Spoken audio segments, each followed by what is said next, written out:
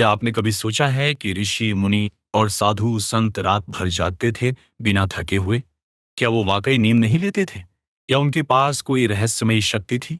आइए आज जानते हैं इस गूढ़ रहस्य को आध्यात्म और विज्ञान दोनों की नजर से। दरअसल योगियों का मानना था कि ध्यान यानी मेडिटेशन सिर्फ मानसिक शांति ही नहीं देता, बल्कि शरीर को वो विश्राम भी देता है जो सामान्य नींद में नहीं मिलता। आधुनिक विज्ञान भी यही कहता है। जब कोई व्यक्ति गहरी ध्यान अवस्था में होता है, तब दिमाग की ब्रेन वेव्स अल्फा और थीटा स्टेट में चली जाती है। ये वही अवस्था है जो हमें गहरी नींद में मिलती है। लेकिन अंतर यह है कि ध्यान में व्यक्ति सचेत अवस्था में होता है, यानी जागृत भी और विश्राम में भी। यही वजह है कि कई योगी दिन में सिर्फ 2 से 3 घंटे की नींद लेते थे या कभी-कभी बिल्कुल नहीं। इसके पीछे सिर्फ ध्यान ही नहीं, बल्कि उनका संतुलित जीवन भी कारण है।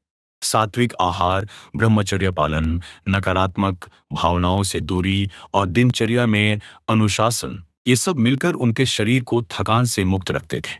योग में एक विशेष अवस्था होती है जिसे कहते हैं योग निद्रा। यह एक ऐसी तकनीक है जिसमें व्यक्ति 30 से 45 मिनट तक यौगिक नींद लेता है।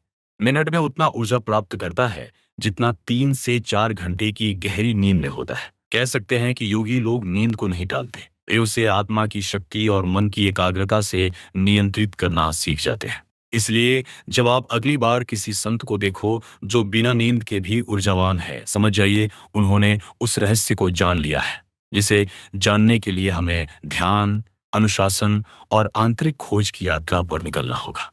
नमो नमः।